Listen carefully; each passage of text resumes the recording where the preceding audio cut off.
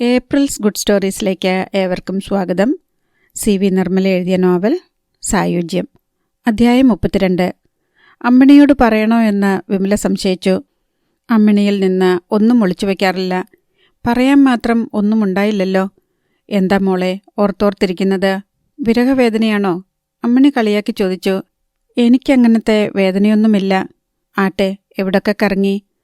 Town മുഴുവൻ, പിന്നെ ബീച്ചിൽ. അത് കഴിഞ്ഞ് പ്രതാപൻ്റെ റൂമിൽ പോയോ?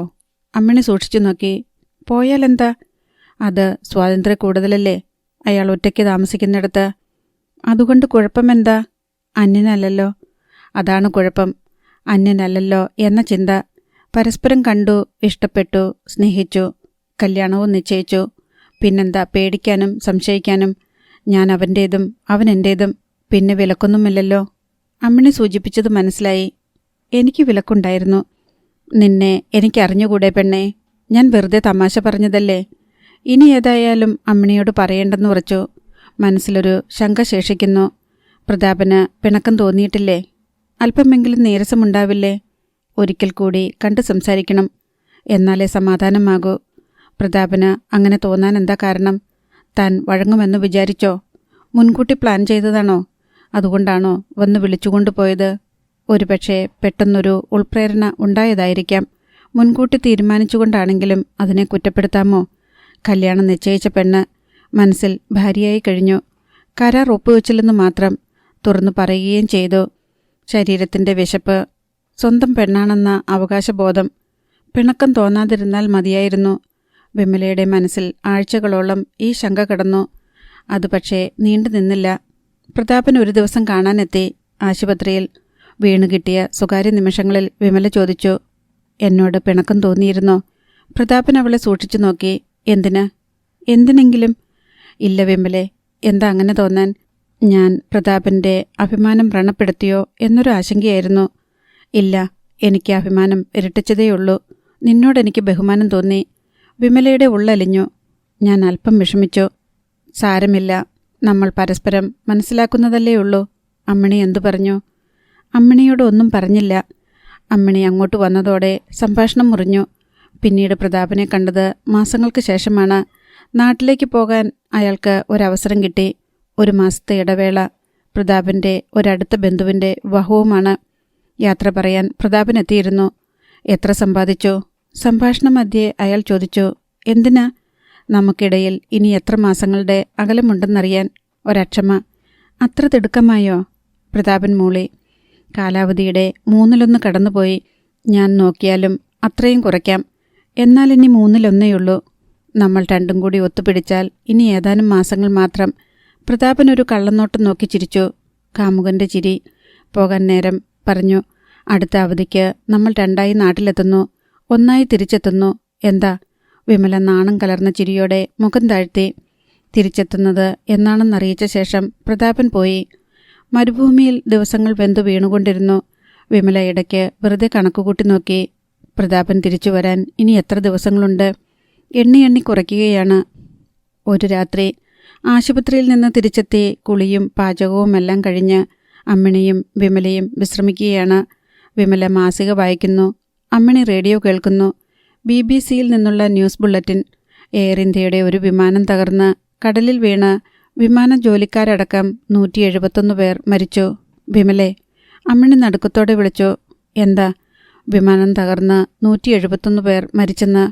കഷ്ടം. എവിടാ? എയർ ഇന്ത്യയുടെ ബോയിങ്ങാ. ഡീറ്റെയിൽസ് ഇല്ലേ? വാർത്ത തുടങ്ങിയതേയുള്ളൂ. മാസിക താഴെ വെച്ച് വിമലയും ശ്രദ്ധിച്ചു. ഇംഗ്ലീഷ് അത്ര വശമില്ല. BBC-യുടെ പ്രക്ഷേപണമായതിനാൽ പദങ്ങൾ വ്യക്തമായി തിരിഞ്ഞു കിട്ടുന്നുമില്ല. ഇത്രയും മനസ്സിലായി.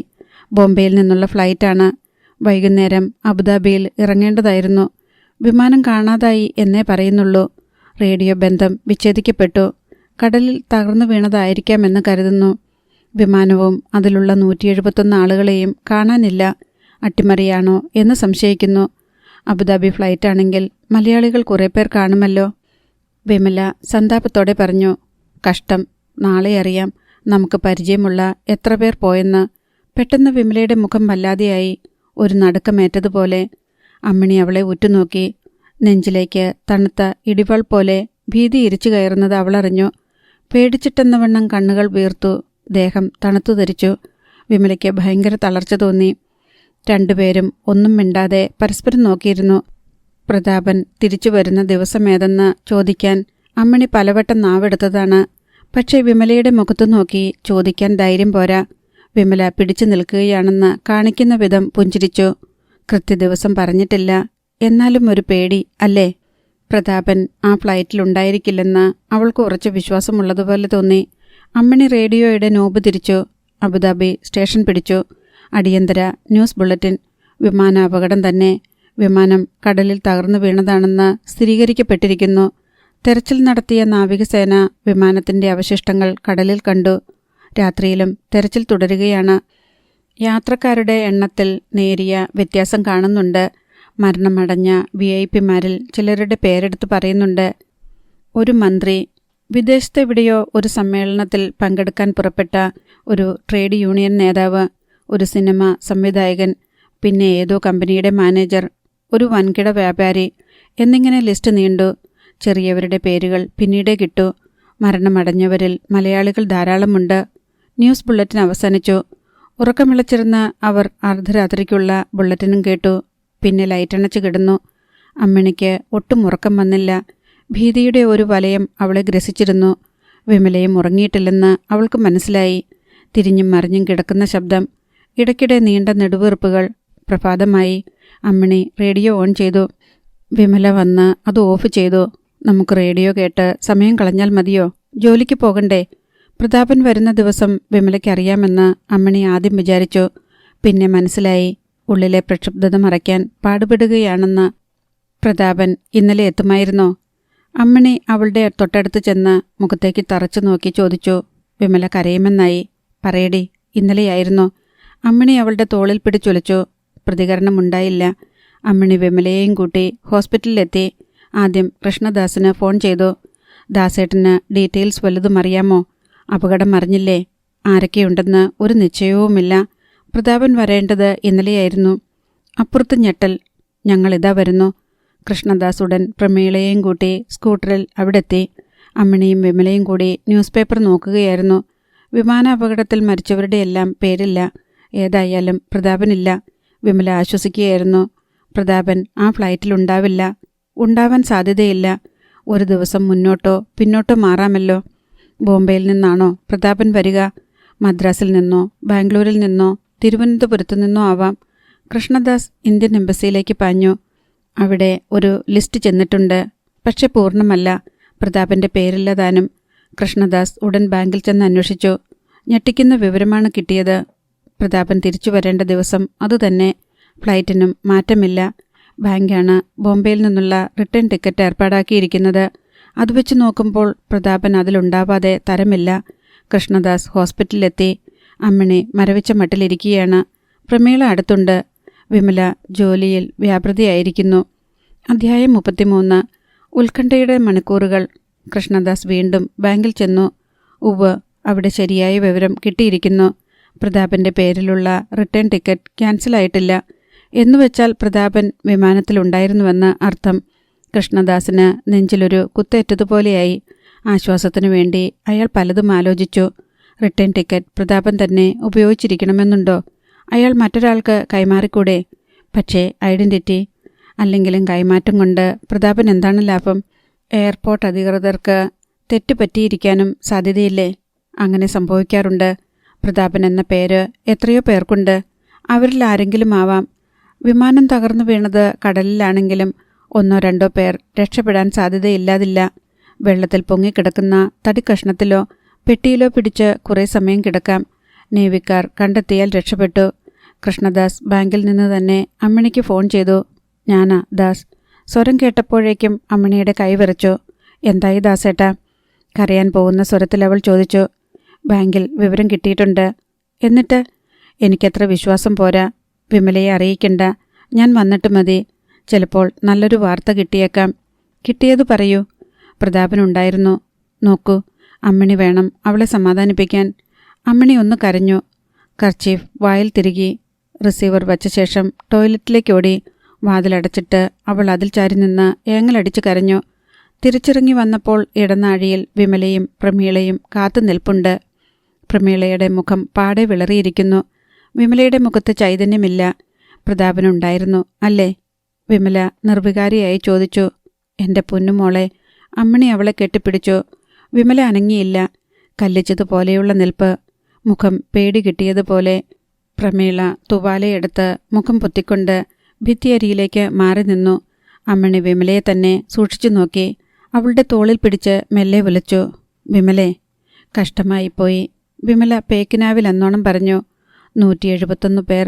എല്ലാ കുടുംബങ്ങളിലും വലിയ സങ്കടമായിരിക്കും. അത്രമാത്രം. വിമല പിന്നെ മിണ്ടിയില്ല. അമ്മിണി ലീവ് എഴുതി കൊടുക്കാൻ വേണ്ടി പോയി. മിനിറ്റുകൾക്കകം മടങ്ങിയെത്തുകയും ചെയ്തു. അപ്പോഴേക്കും കൃഷ്ണദാസ് എത്തിക്കഴിഞ്ഞു.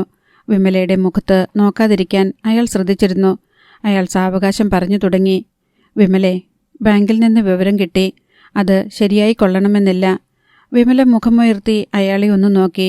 ഇനി അവളോട് ഒന്നും പറയേണ്ടതില്ലെന്ന് കൃഷ്ണദാസിന് മനസ്സിലായി. മരണത്തിൻ്റെ മരവിപ്പും ശാന്തതയും നിറഞ്ഞ മുഖം. അമ്മിണി വന്ന് വിമലയുടെ കൈക്ക് പിടിച്ചു. വാ, നമുക്ക് വീട്ടിലേക്ക് പോകാം. ഞാൻ ലീവ് എഴുതി കൊടുത്തു. പെട്ടെന്ന് പ്രമീള പറഞ്ഞു. നിങ്ങൾ തനിച്ചങ്ങോട്ട് പോകണ്ട, ഞങ്ങളുടെ വീട്ടിലേക്ക് പോരൂ. അമ്മിണി ഒന്നും മിണ്ടിയില്ല. വിമലയും. ടാക്സി പിടിച്ച് അവർ പ്രമീളയുടെ വീട്ടിലേക്ക് പോന്നു. വീട്ടിലെത്തി. വിമലയെ കണ്ടതോടെ മിൻറ്റിയും റോഷനും അടുത്തുകൂടി. ആൻറ്റിയെ ഉപദ്രവിക്കരുത്, ആൻറ്റിക്ക് നല്ല സുഖമില്ല. പ്രമീള താക്കീത് ചെയ്തു. എന്താ അസുഖം? എനിക്കൊരസുഖവുമില്ല. വിമല കുട്ടികളെ ചേർത്ത് പിടിച്ചു. പക്ഷെ കൂടുതൽ സംസാരിക്കാൻ അവൾക്ക് കഴിഞ്ഞില്ല. വിമല ഇവിടെ വന്ന് അല്പനേരം കിടക്ക്. പ്രമീള അവളെ കിടക്കറയിൽ കൊണ്ടുചെന്നു. ഇവിടെ കിടന്നു, ഞാൻ അല്പം കാപ്പി ഉണ്ടാക്കട്ടെ. വിമലയെ നിർബന്ധിച്ച് കിടത്തിയ ശേഷം പ്രമീളയും അമ്മിണിയും അടുക്കളയിൽ കിടന്നു. കുറച്ചുനേരം കഴിഞ്ഞപ്പോൾ വിമലയും എഴുന്നേറ്റു. നിങ്ങളെല്ലാവരും കൂടി എന്നെ എന്തിനാ ഒറ്റയ്ക്കാക്കുന്നത്? വിമല പാരവശ്യത്തോടെ പറഞ്ഞു. ഞാനും കൂടാം. എന്താ ചെയ്യേണ്ടത്?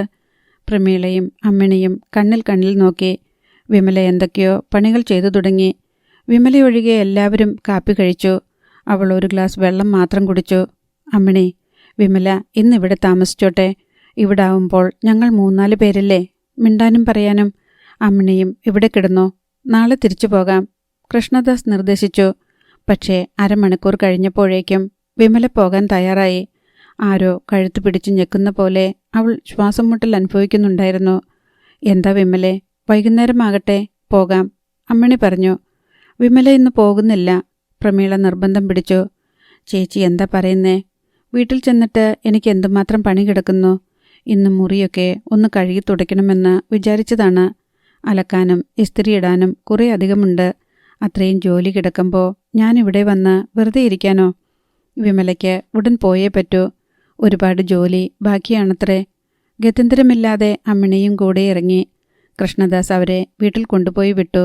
മടങ്ങാൻ നേരം അമ്മിണിയെ കണ്ട് അടക്കം പറയുകയും ചെയ്തു. ഒരു നോട്ടം വേണം. വിമല പണി ആരംഭിച്ചു കഴിഞ്ഞു. അങ്ങിങ്ങ് ചിതറിക്കിടക്കുന്ന സാധനങ്ങൾ അടുക്കി വെച്ചു. മുറികൾ കഴുകി തുടച്ചു. കഴുകാനുള്ള വസ്ത്രങ്ങൾ കഴുകിയിട്ടു. ഇസ്തിരിയിടാനുള്ളവ ഇസ്തിരിയിട്ടു. അമ്മിണി അതെല്ലാം നോക്കിയിരുന്നു. വിമല കൊണ്ടുപിടിച്ച് പണിയുകയാണ്. എന്നാൽ അത് സുബോധത്തോടെയല്ലെന്ന് അവൾക്ക് മനസ്സിലായി. മുഖത്ത് പകപ്പും നടുക്കവും മാത്രമേ കാണാനുള്ളൂ. ചിട്ടയോടെയല്ല പണി ചെയ്യുന്നത്. പലതും മറന്നു പോകുന്നു. മുറി കഴുകിക്കൊണ്ടിരുന്നപ്പോൾ ഇനി എന്തു ചെയ്യണമെന്നറിയാതെ എവിടേക്കോ തുറച്ചു നോക്കുന്നത് കണ്ടു. പിന്നെ പെട്ടെന്നൊരു വെളിപാടുണ്ടായതുപോലെ ചെയ്തുകൊണ്ടിരുന്ന ജോലി തുടർന്നു. ഇസ്തിരിയിട്ടുകൊണ്ടിരിക്കുന്നതിനിടെ അത് നിർത്തിവെച്ചിട്ട് വേറെ പണിക്ക് പോയി. ഒരു വേള ഇസ്തിരിയിടൽ നിർത്തി സ്വിച്ച് ഓഫാക്കി. കുറേ നേരം കഴിഞ്ഞ് വീണ്ടും തേക്കാനെത്തി. സാരിക്ക് മീതെ വെച്ച ഇസ്തിരിപ്പെട്ടി നീക്കാൻ മറന്ന് ഒരു സാരി പെട്ടിയിൽ ഉരുകി പിടിച്ചു. അമ്മിണി ബലമായി അവളെ പിടിച്ചുകൊണ്ടുപോയി കിടത്തി. രാത്രി കുറേ ചെന്നു കഴിഞ്ഞിരുന്നു. അമ്മിണി ലൈറ്റണച്ച് കിടന്നു. വിമല ഒന്ന് തേങ്ങിക്കരഞ്ഞെങ്കിൽ, ഒരു തുള്ളി കണ്ണീരെങ്കിലും അവളുടെ കണ്ണിൽ നിന്ന് വീണിരുന്നെങ്കിൽ. അമ്മിണി ആശിച്ചു. ദുഃഖം ഭയാനകമായ ശാന്തതയോടെ മരവിച്ചു കിടക്കുകയാണ് അവളുടെ മനസ്സിൽ. ഒരു നെടുവീർപ്പ് പോലും പുറത്തേക്കില്ല. ഉറങ്ങാതെ ഏറെ നേരം കഴിച്ചുകൂട്ടിയെങ്കിലും അമ്മിണി ഉറങ്ങിപ്പോയി. പിന്നെ വെളുപ്പാൻ കാലത്തെപ്പോഴോ ഞെട്ടിയുണർന്ന് ലൈറ്റിട്ടു. വിമല കട്ടിലിലുണ്ട്. മുകളിലേക്ക് കണ്ണും നട്ട് ഒരു മെഴുകു പ്രതിമ പോലെ കിടക്കുന്നു. അവൾ ഇതുവരെ ഉറങ്ങിയിട്ടില്ല. അമ്മിണി അവളുടെ അടുത്ത് ചെന്നിരുന്നു. വിമലെ. തണുത്ത നോട്ടം അമ്മിണിയുടെ നേർക്ക് തിരിഞ്ഞു. എൻ്റെ മോളെ, നീ ഒന്ന് കരയ്. നിന്നെ ഇങ്ങനെ കണ്ടിട്ട് എനിക്ക് പേടിയാകുന്നു. വിമല കണ്ണുകളടച്ചു. 2 ദിവസത്തേക്ക് നമുക്ക് ലീവ് എടുക്കാം. വേണ്ട, ജോലിക്ക് പോകണം. വിമല പതിവ് പോലെ ജോലിക്ക് പോയി. ദിവസങ്ങൾ പിന്നെയും നീങ്ങി. അമ്മിണി നേരത്തെ കിടന്നുറങ്ങിയ ഒരു രാത്രി വിമല കടലാസും പേനയും എടുത്തുവെച്ച് കത്തെഴുതാൻ ആരംഭിച്ചു. പ്രിയപ്പെട്ട അമ്മാമ്മയ്ക്ക്. പ്രതാപൻ മരിച്ചു. വിമാനാപകടത്തിൽ മരിച്ച 171 പേരിൽ ഒരാൾ പ്രതാപനായിരുന്നു. നാട്ടിലേക്ക് തിരിക്കും മുൻപ് യാത്ര പറയാൻ എൻ്റെ അടുത്ത് വന്നിരുന്നു. പിന്നെ കാണാനൊത്തില്ല. ഇനിയൊരിക്കലും കാണാനൊക്കുകയുമില്ലല്ലോ. അമ്മാമ്മ എന്നെക്കുറിച്ച് ഒട്ടും വിഷമിക്കണ്ട. ദുഃഖിക്കാൻ എന്തിരിക്കുന്നു? ഈ മണൽക്കാട്ടിൽ വെച്ച് ഒരു ചെറുപ്പക്കാരനെ കണ്ടു. അയാൾക്ക് എന്നെ ഇഷ്ടമായി. വിവാഹം നിശ്ചയിച്ചു. ഇത്രയല്ലേയുള്ളൂ. ഈശ്വരന് എന്നോട് പോരാണ് അല്ലേ? എന്നെ നോവിക്കാനാണ് ഇഷ്ടം.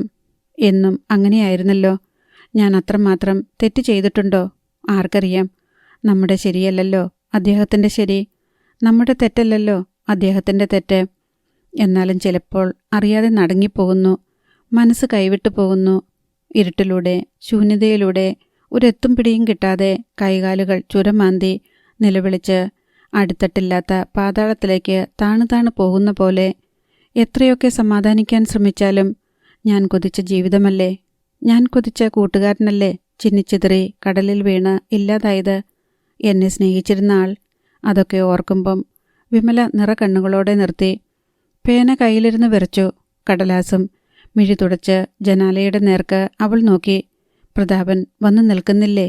ആ സാന്നിധ്യം അനുഭവപ്പെടുന്നില്ലേ? മരിച്ചെന്ന് വിശ്വസിക്കാൻ കഴിയുന്നില്ലല്ലോ. സ്നേഹിച്ചവർക്ക് പിരിഞ്ഞു പോകാൻ വിഷമമാണ്. ഒരുപക്ഷെ ഒരു ദിവസം ചിരിച്ചുകൊണ്ട് മുൻപിലേക്ക് വന്നേക്കാം. വെറുതെ വന്നതാ, ഒന്ന് കാണാൻ.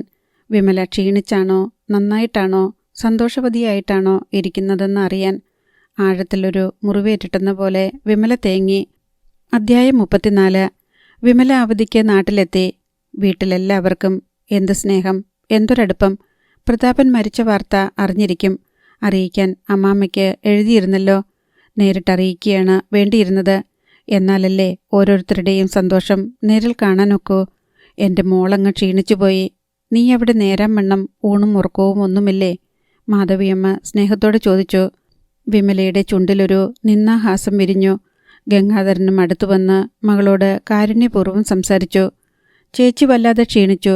അജിതയും പറഞ്ഞു. വിമലയ്ക്ക് പുച്ഛം തികട്ടി വന്നു. രക്ഷപ്പെടാൻ അമ്മാമ്മയുടെ വീട്ടിലേക്ക് ചെന്നു.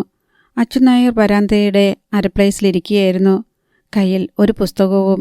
വിമല തൊട്ടു മുൻപിൽ വന്നു നിന്ന് വിളിച്ചിട്ടേ അയാൾ അറിഞ്ഞുള്ളൂ. മുഖമുയർത്തി നോക്കിയത് വിമലയുടെ കണ്ണുകളിലേക്കാണ്. അതവിടെ തന്നെ നിമിഷങ്ങളോളം തങ്ങി നിന്നു. അമ്മാമ്മയുടെ കണ്ണു നിറഞ്ഞുവോ? വീണ്ടും എല്ലാം ഓർമ്മിപ്പിക്കുകയാണോ? വിമലയ്ക്ക് ദേഹം തളരും പോലെ തോന്നി. അച്യുനായർ കണ്ണടയെടുത്തു മാറ്റി കണ്ണു തുടച്ചു. മോളെ രഞ്ജിനി, ആരാ വന്നിരിക്കുന്നതെന്ന് നോക്ക്. ശ്രീരഞ്ജിനി ഓടി വന്നു. അവൾ വളർന്നിരിക്കുന്നു.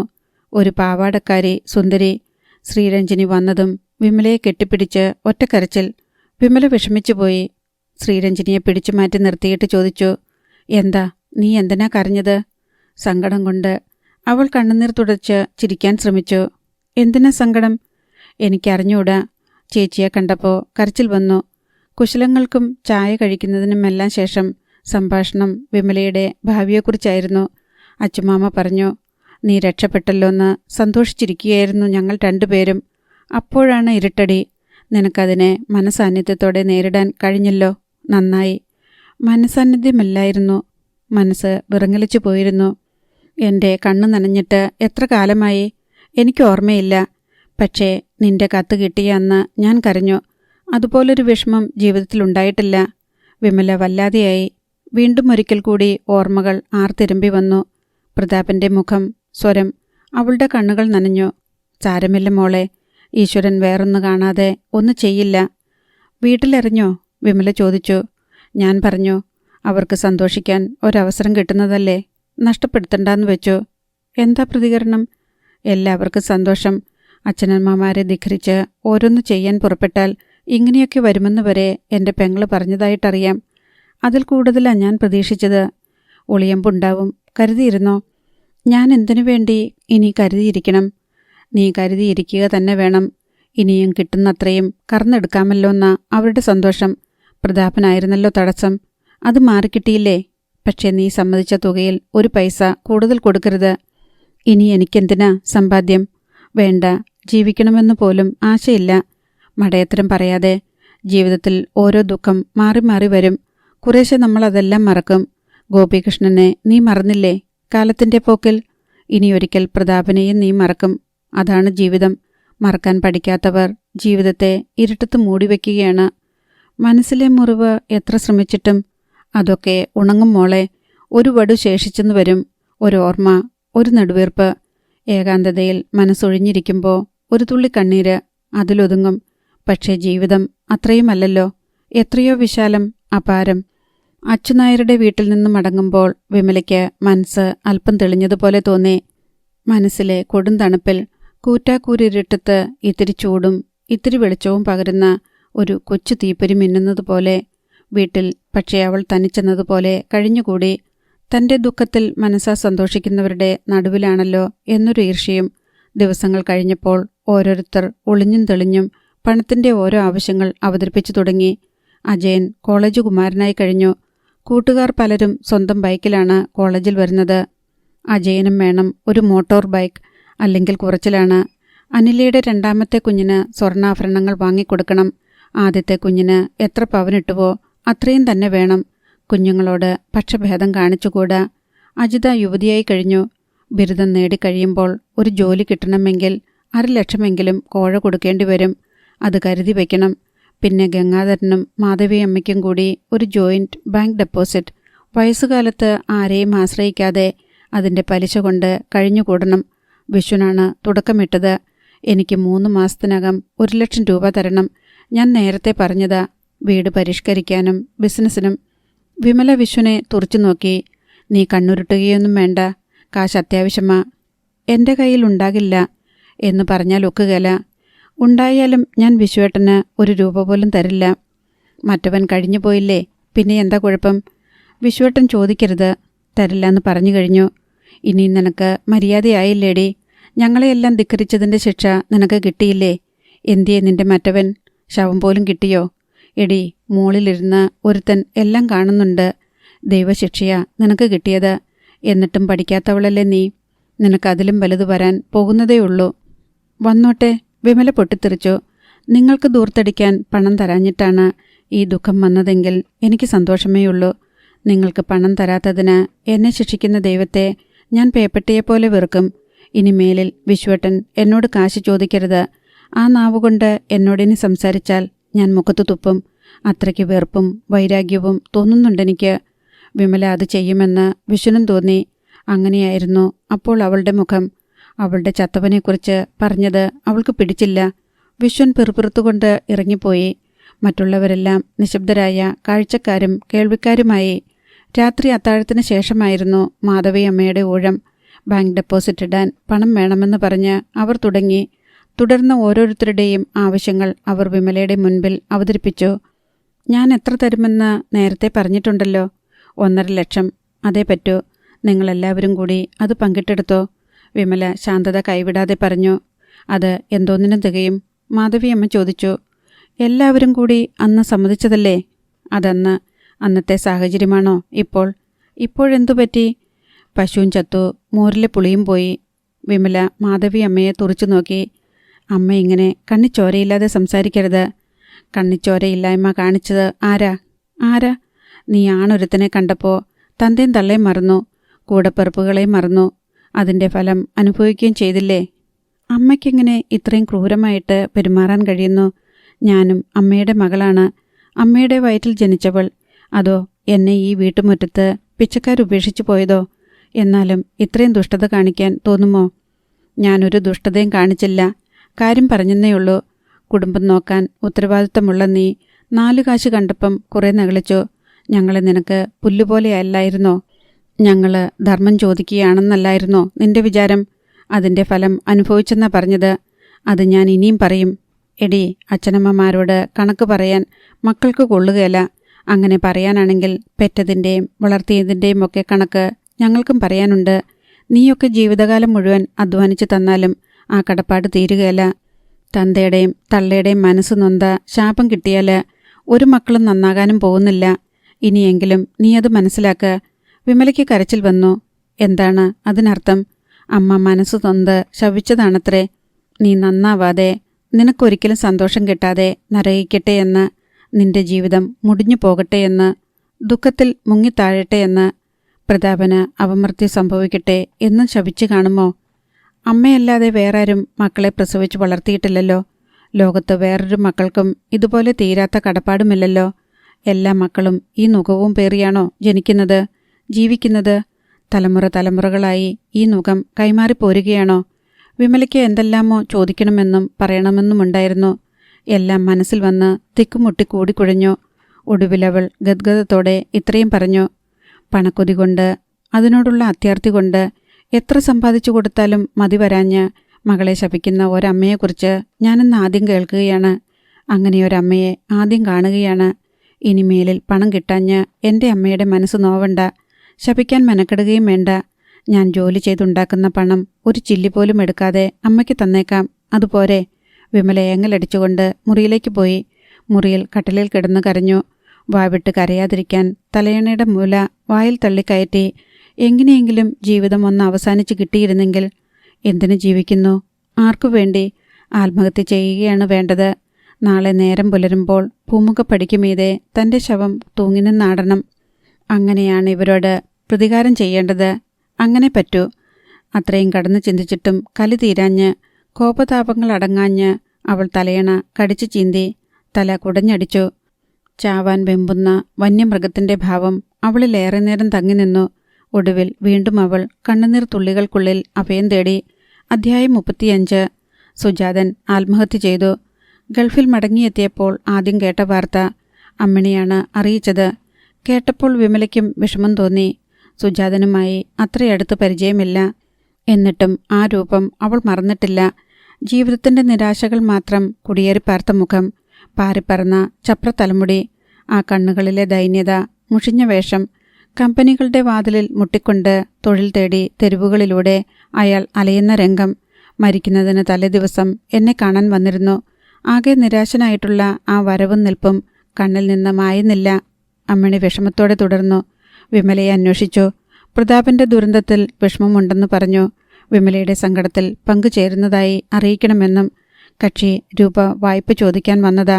200 ദിർഹം വേണം. വീട്ടിലേക്ക് പണം അയച്ച കാലം മറന്നു. വീട്ടിൽ നിന്ന് നിരന്തരം കത്തുകൾ. സ്നേഹിതന്റെ മേൽവിലാസത്തിൽ. പലരോടും ചോദിച്ചു. ഒരിക്കലും കിട്ടില്ലെന്നറിഞ്ഞുകൊണ്ട് ആരു കൊടുക്കാൻ? പരിചയക്കാരോടെല്ലാം കടം പറ്റിയിട്ടുമുണ്ട്. ഒടുവിലാണ് എന്നെ ശരണം പ്രാപിച്ചത്. എൻ്റെ കയ്യിലില്ലെന്ന് ഞാൻ പറഞ്ഞു. അത് കേട്ടപ്പോൾ വലിയ വിഷമമായി.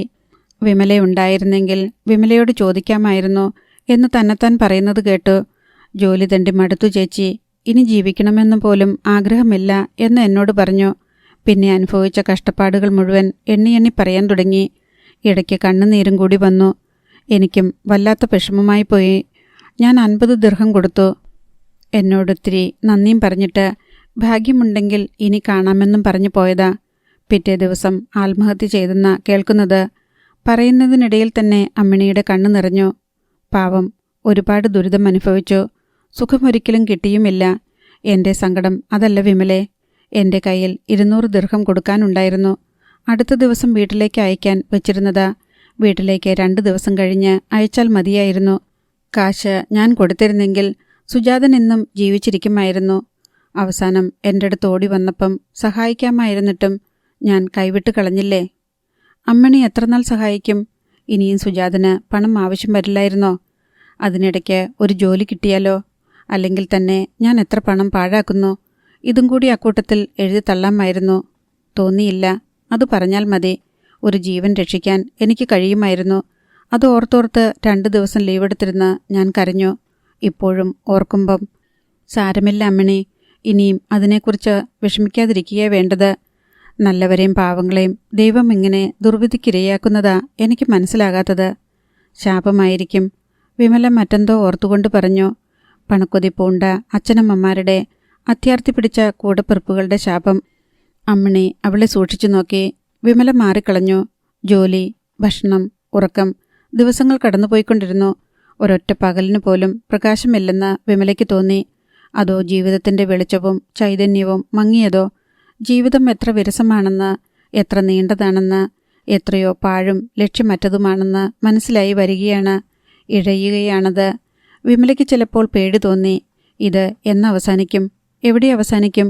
അനേകം വർഷങ്ങൾക്ക് ശേഷമോ? കിഴവിയാകുന്നതുവരെയോ? അത്രയും കാലം വേണ്ടിവരില്ല. ജീവിതത്തോടുള്ള ആസക്തി തീരണവരെ മരണം തേടി വന്ന് അനുഗ്രഹിക്കാറുണ്ടല്ലോ. എങ്ങനെയെല്ലാം ആളുകൾ മരിക്കുന്നു, എന്തെല്ലാം അപകടങ്ങളിൽ. അവരിലൊരാളായി തീരാൻ തനിക്ക് കഴിഞ്ഞുകൂടുന്നില്ല.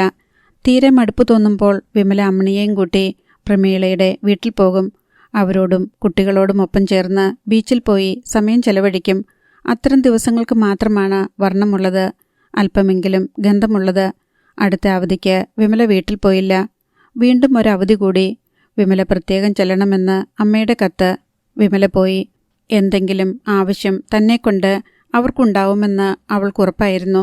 വീട്ടിൽ ചെന്നപ്പോഴറിഞ്ഞു, അജിതയുടെ വിവാഹ നിശ്ചയമാണ്. അവൾ ഇക്കൊല്ലം ഡിഗ്രി കഴിഞ്ഞതേയുള്ളൂ. ഉദ്യോഗത്തിനൊന്നും കാത്തു നിൽക്കുന്നില്ല. PWDയിൽ ഒരു ജൂനിയർ എഞ്ചിനീയറാണ് വിവാഹാലോചനയുമായി വന്നത്. അയാൾക്ക് അജിതയോട് പ്രേമമായിരുന്നു. അജിത പോലും അതറിഞ്ഞുമില്ല. അയാൾ നേരിട്ട് വിവാഹാലോചനയുമായി വീട്ടിൽ വന്നു. മാധവിയമ്മ വിമലയോട് വിസ്തരിച്ചു പറഞ്ഞു. ഒന്നാന്തരം തറവാട്ടുകാരാ, ഇഷ്ടം പോലെ സ്വത്ത്, ചെറുക്കന് ഒന്നാന്തരം ജോലി. അതിൽ കൂടുതൽ എന്താ വേണ്ടത്? വിമല ഒരക്ഷരം മിണ്ടിയില്ല. നീ എന്താടി മിണ്ടാത്തെ? ഒരു നല്ല കാര്യമല്ലേടി ഇത്? അല്ലെന്നാര് പറഞ്ഞു? പിന്നെന്താ നീ അനങ്ങാതിരിക്കുന്നത്? തുക എത്രയാ? അത് പറഞ്ഞോ? അതല്ലേ എൻ്റെ പക്ഷത്തുനിന്ന് വേണ്ടത്. അതല്ലേ പ്രതീക്ഷിക്കുന്നുള്ളൂ. പണത്തിന് വേണ്ടിയിട്ട് മാത്രമേ നിന്നെ ഞങ്ങൾ പരിഗണിക്കുന്നുള്ളൂ എന്നാണോ നിന്റെ വിശ്വാസം? വിശ്വാസമല്ലമ്മേ, അനുഭവമാ. എടി, അനിലയെപ്പോലെ അജിതയെപ്പോലെ നീയും എൻ്റെ മകളാ. തള്ളയ്ക്ക് മക്കളിൽ ഭക്ഷാഭേദമില്ല. എനിക്കെല്ലാവരും ഒരുപോലെയാ. അമ്മയ്ക്ക് തമാശ പറയാനും അറിയാമല്ലോ. ഞാനാണെങ്കിൽ മനസ്സ് തുറന്ന് ചിരിച്ചിട്ട് കുറേ കാലമായി. ഈ ഫലിതം ഏതായാലും എനിക്കിഷ്ടപ്പെട്ടു. വിമല ചിരിച്ചുകൊണ്ട് പറഞ്ഞു. നീ എന്നെ കളിയാക്കുകയാ? അമ്മ കാര്യം പറ. അജിതയ്ക്ക് എത്ര രൂപ കൊടുക്കാനാണ് ഉദ്ദേശം? അവർ ചോദിക്കുന്നത് 1.5 ലക്ഷമാ. കൊടുക്കാമെന്ന് സമ്മതിച്ചോ? 1.5 2.5 മേടിച്ച് കെട്ടാനുമുള്ള ആസക്തി അവർക്കുണ്ട്. എന്നാൽ പിന്നെ അവരെന്തിനീ നഷ്ടക്കച്ചവടത്തിന് വരുന്നു? നമ്മളോടുള്ള അനുകമ്പ കൊണ്ടോ? അവന് അജിതയെ ഇഷ്ടമാ. അത് ശരി. അപ്പോൾ നമുക്കല്ല, അവർക്കാണ് ആവശ്യം. അമ്മ തുക വല്ലതും പറഞ്ഞോ? നീ വന്നിട്ട് പറയാമെന്ന് പറഞ്ഞു. അനിലയ്ക്ക് കൊടുത്തത് അജിതയ്ക്കും കൊടുക്കാം. അങ്ങോട്ടും ഇങ്ങോട്ടും പരാതി വേണ്ട. 1 ലക്ഷമോ? കുറഞ്ഞു പോയോ? അനില ചേച്ചിക്ക് 1 ലക്ഷം കൊടുത്തെങ്കിൽ കെട്ടിയ ചെക്കന് വായ്നോട്ടമേ ഉള്ളൂ പണി. ഇതങ്ങനെയല്ല, എഞ്ചിനീയറാ. അതിനനുസരിച്ച് തുകയിലും വ്യത്യാസം വരും. അനില ചേച്ചി പരാതി പറയാൻ വരട്ടെ, ഞാൻ പറഞ്ഞോളാം. അജിത ഇടയ്ക്ക് കയറി പറഞ്ഞു. എന്തിനാടി എഞ്ചിനീയറാക്കിയത്? നിനക്ക് നല്ല കേണലിനെയോ കളക്ടറിനെയോ കെട്ടിക്കൂടെ? അതനുസരിച്ചുള്ള തുക കൊടുത്താൽ മതിയല്ലോ. ചേച്ചിക്കല്ലെങ്കിലും കൂടപ്പിറപ്പുകൾ നന്നാകുന്നത് കാണുന്നത് ഒട്ടും പിടിക്കുകയല്ല. വിമല അവളെ തുറച്ചു നോക്കി. നീയൊക്കെ നന്നായത് എങ്ങനെയാടി? എൻ്റെ ചോരയും വിയർപ്പും കണ്ണീരും വടിച്ചു കുടിച്ചിട്ട് അല്ലേ? നിനക്കൊക്കെ വേണ്ടിയിട്ട് കഷ്ടപ്പെട്ടതിന് എനിക്ക് കിട്ടുന്നത് നിന്റെയൊക്കെ ചീത്തയും വെറുപ്പും അമർഷവും. ശത്രുക്കൾ കാണിക്കുമല്ലോടി ഇതിനേക്കാൾ കൂറും സ്നേഹവും. ചേച്ചി ഞങ്ങൾക്ക് വേണ്ടിയിട്ട് കഷ്ടപ്പെട്ടു. ഒരു പുച്ഛച്ചിരിയോടെ അജിത തുടർന്നു. കഷ്ടപ്പെട്ടതൊക്കെ ഞങ്ങൾക്കറിയാം. അക്കാര്യമൊന്നും പറയണ്ട. നിനക്ക് എന്തോന്നറിയാം? കേൾക്കട്ടെ. വിമല പോരിന് തയ്യാറായി എഴുന്നേറ്റു. സത്യം വിളിച്ചു പറയുമ്പോൾ കലികൊണ്ട് തല്ലാൻ വരുന്നതിലെന്താ കാര്യം? അജിത പിറുപിറുത്തുകൊണ്ട് പോയി. വിമല പിറ്റേ ദിവസം തന്നെ ഗൾഫിലേക്ക് മടങ്ങിപ്പോകാൻ ഒരുങ്ങിയതാണ്. സംഗതി വഷളാകുമെന്ന് കണ്ടപ്പോൾ ഗംഗാധരനും മാധവിയമ്മയും അവളോട് കെഞ്ചി. ഞാൻ ആർക്കു വേണ്ടിയും കഷ്ടപ്പെട്ടിട്ടില്ല, ഇനിയൊട്ട് കഷ്ടപ്പെടുന്നുമില്ല. എന്നെ വെറുതെ വിട്ടേക്ക്. പിന്നെ കല്യാണം ആര് നടത്തിക്കൊടുക്കും? അതിനിവിടെ കഷ്ടപ്പെടുന്നവരില്ലേ? മൂത്ത ആങ്ങളെയും ഇളയ ആങ്ങളെയും ഉണ്ടല്ലോ, തന്തയും തള്ളയും ഉണ്ടല്ലോ. അതിനിടയ്ക്ക് എന്തിനാ ഈ ഏഴ? എടി, അവള് കഥയില്ലാതെ ഏതാണ്ട് പറഞ്ഞൊന്നും വെച്ച് നീ അത് കാര്യമാക്കണ്ട. പണ്ടേ അവള് കഴമ്പില്ലാത്തവളാ. ആരാ ഇവിടെ കഴമ്പുള്ളോര്? എന്നോട് പെരുമാറുമ്പം മാത്രം ആർക്കും കഥയും കഴമ്പുമില്ല. എന്തുമാകാമല്ലോ. തന്തയും തള്ളയും പെരുമാറുന്നത് പോലല്ലേ മറ്റുള്ളവരും പെരുമാറൂ. അതിനിപ്പം ഇവിടെ എന്താ സംഭവിച്ചേ? ഒന്നും സംഭവിച്ചില്ല. ഇനിയൊന്നും സംഭവിക്കാനും പോകുന്നില്ല. ഒടുവിൽ അച്ചുനായർക്ക് ഇടപെടേണ്ടി വന്നു. മാധവിയമ്മ ചെന്ന് വിളിച്ചുകൊണ്ട് വരികയായിരുന്നു. വിമലേ, നീ പിണങ്ങിപ്പോകരുത്. നിന്റെ തന്തയ്ക്കും തള്ളയ്ക്കും കൂടപ്പിറപ്പുകൾക്കും വകതിരിവില്ലാതെ പോയി എന്ന് വെച്ച് അവരോട് പെരുമാറുന്നവരും വകതിരിവില്ലാത്തവരാകണോ? അച്ചുനായർ അയാളുടെ അമർഷം കൂടി തീർക്കുകയായിരുന്നു. മോളെ, നീ വേണം കല്യാണം നടത്തിക്കൊടുക്കാൻ. ചുമ്മാ തുള്ളിച്ചാടി പോയതുകൊണ്ട് എന്താ കാര്യം? അച്ചുനായർ വിമലയെ ഉപദേശിച്ചു. അതാ ഞാനും പറയുന്നേ, ഗംഗാധരൻ കൂട്ടിച്ചേർത്തു. അതേ ഗംഗാധര, 8-10 കൊല്ലം മുൻപ് നിങ്ങളും ജീവിച്ചതെങ്ങനെയാണെന്ന് എനിക്കറിയാം. ഈ പെണ്ണും മുഖാന്തരമല്ലേ ഇന്നത്തെ സ്ഥിതി വന്നത്. ഇല്ലെങ്കിൽ നിങ്ങളുടെ കെട്ടിച്ച മോളും കെട്ടിക്കാൻ പോണ മോളും വിഭജിക്കേണ്ടി വന്നേനല്ലോ. ചെലവ് കഴിയാൻ മൂത്തവനും ഇളയവനും ഒന്നാന്തരം മോഷ്ടാക്കളായി തീർന്നേനല്ലോ. വല്ലപ്പോഴും ആ കാലം ഓർമ്മ വേണം. ഇന്ന് നിങ്ങൾ സുഖിച്ചാ ജീവിക്കുന്നത്. അതിവള് അന്യനാട്ടിൽ ചെന്ന് കഷ്ടപ്പെട്ടിട്ട്. എന്നിട്ട് അവൾ കഷ്ടപ്പെട്ടില്ലാന്ന് മുഖത്തുനോക്കി പറയുകയും നമ്മുടെ തീട്ടം തിന്നുന്ന തെണ്ടിപ്പട്ടിയാണേലും വഴിയിൽ വെച്ച് കാണുമ്പം ഒന്ന് വാലാട്ടി കാണിക്കും. നിങ്ങളെക്കാൾ അതെത്രയോ ഭേദം. ആരും ഒന്നും മിണ്ടുന്നില്ല. ഒടുവിൽ വിമലയ്ക്ക് വഴങ്ങേണ്ടി വന്നു. അനിലയ്ക്ക് കൊടുത്തതെത്രയോ അത്രയും ഞാൻ തരാം. അവൾ അജിതയുടെ നേർക്ക് തിരിഞ്ഞു. പക്ഷേ നീ ഇതുകൊണ്ട് നശിച്ചു പോകട്ടെന്ന് പ്രാഗിക്കൊണ്ടേ ഞാനത് തരൂ. നിനക്ക് വേണോടി ആ പണം? അജിത സ്തബ്ധയായി നിന്നു. പറയടി, നിനക്ക് വേണോ? പിന്നീട് അച്ഛമ്മ വിമലയോട് പറഞ്ഞു, പണം കൊടുക്കുമ്പോൾ നല്ല മനസ്സോടെ വേണം അത് ചെയ്യാൻ. എൻ്റെ മനസ്സിൽ അങ്ങനെയാണ്. അതാരും അറിയണ്ട. വീട്ടിലെല്ലാവർക്കും നല്ലത് വരാനേ ഞാൻ ആഗ്രഹിച്ചിട്ടുള്ളൂ. ഇപ്പോഴും അങ്ങനെ തന്നെ. അജിതയുടെ വിവാഹം ഭംഗിയായി നടന്നു. സ്ത്രീധനത്തുക ലക്ഷത്തിലൊതുക്കി. ആ ഉത്തരവാദിത്വവും തീർന്നു. വിമല ഗൾഫിലേക്ക് മടങ്ങി. വീണ്ടും വിരസതയുടെ മരുഭൂമിയിൽ ചൈതന്യമില്ലാത്ത ദിനരാത്രങ്ങൾ. ആശുപത്രിയിൽ വിമല ഡ്യൂട്ടി റൂമിലായിരുന്നു. ഉച്ചയോടടുത്ത നേരം അമ്മിണിയാണ് പറഞ്ഞത്, നിന്നെ അന്വേഷിച്ച് ആരോ വന്നിരിക്കുന്നു. ആര്? വിമല അത്ഭുതപ്പെട്ടു. പാർലറിൽ ചെന്നപ്പോൾ രാജൻ ബാബു. വിമല സ്തബ്ധയായി നിന്നു. അധ്യായം 36. രാജൻ ബാബു വിമലയെ നോക്കി വിശാലമായി ചിരിച്ചു. വിമല എന്നെ അറിയുമോ? അറിയുമോന്ന്? നിങ്ങളെ ഞാനൊരിക്കലും മറക്കില്ല. അങ്ങനെ വേണം. നിന്നെ ഈ നിലയിലെത്തിച്ചത് ഞാനല്ലേ. നിനക്കതിൻ്റെ കടപ്പാടും നന്ദിയും കാണുമെന്ന് എനിക്കറിയാം. വേറെ വിശേഷം വല്ലതും പറയാനുണ്ടോ? ഞാൻ ഈ അബുദാബിയിൽ തന്നെയുണ്ട്. അതൊന്നാമത്തെ വിശേഷം. എന്തിനാണ് വന്നതെന്ന് വെച്ചാൽ അത് പറഞ്ഞിട്ട് പോയിക്കൊള്ളൂ. നിന്നെ ഒന്ന് കാണാൻ. ക്ഷേമാന്വേഷണത്തിന് അല്ലേ? അതെ. നിന്നെ എനിക്കങ്ങനെ മറക്കാനൊക്കില്ലല്ലോ. എൻ്റെ കയ്യിൽ നിന്ന് വഴുതിപ്പോയ ഒരേയൊരു പെണ്ണാണ് നീ. എന്തൊക്കെയുണ്ട് വാർത്തകൾ? സുഖം തന്നെയല്ലേ? ഈശ്വരാനുഗ്രഹം കൊണ്ട് സുഖം തന്നെ. ഞാൻ നിന്റെ നാട്ടിലൊക്കെ പോയിരുന്നു. നിന്റെ വീടും കുടുംബവും ഒക്കെ തെളിഞ്ഞു പോയല്ലോ. വലിയ വീടും പുരയിടവും ബാങ്ക് ബാലൻസും തീർന്നോ? പിന്നെ നിനക്ക് ഇപ്പോൾ അവരുണ്ടായിരിക്കും. പക്ഷെ ഞാനൊരാൾ നിമിത്തമാണ് നിനക്ക് ഈ നേട്ടങ്ങളൊക്കെ ഉണ്ടായത്. അത് ഒരിക്കൽ കൂടി ഓർമ്മിപ്പിക്കാൻ വേണ്ടി വന്നതാണ് ഞാൻ. എനിക്ക് നല്ല ഓർമ്മയുണ്ടെന്ന് പറഞ്ഞല്ലോ. ഞാനതിന് കുറേ ബുദ്ധിമുട്ടി. പ്രതിഫലമൊന്നും കിട്ടിയുമില്ല. നിങ്ങൾക്കെന്ത് പ്രതിഫലമാണ് വേണ്ടത്? എനിക്ക് നിന്നെ അന്ന് 50,000-ന് ബോംബെയിൽ വിൽക്കാമായിരുന്നു. പക്ഷെ ഞാനത് ചെയ്തില്ല. നിങ്ങളുടെ സന്മനസ്സുകൊണ്ട്, എന്നോടുള്ള കാരുണ്യം കൊണ്ട് അല്ലേ? നിന്റെ ഇഷ്ടം പോലെ കരുതാം. എനിക്കറിയാം എന്തുകൊണ്ടാണ് നിങ്ങളെന്നെ ബോംബെയിൽ വിൽക്കാതിരുന്നതെന്ന്.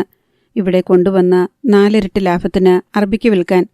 ആഹാ, ഇപ്പോൾ നീ വഴുതിപ്പോയതുകൊണ്ട് എനിക്കെന്ത് നഷ്ടമുണ്ടായി കാണുമെന്ന് നിനക്ക് നല്ലവണ്ണം അറിയാമല്ലോ.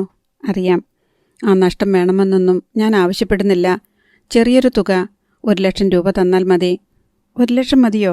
നിങ്ങളെത്ര ഉദാര മനസ്ഥിതിക്കാരനാണെന്ന് ഞാൻ കരുതിയില്ലല്ലോ. ഞാൻ അങ്ങനെയാണ്. അപ്പോൾ ഈ തുക നീ എന്ന് എനിക്ക് തരും? പല ഗഡുക്കളായിട്ട് തന്നാൽ മതി. 1 വർഷം കൊണ്ട് തന്നു തീർക്കാമോ?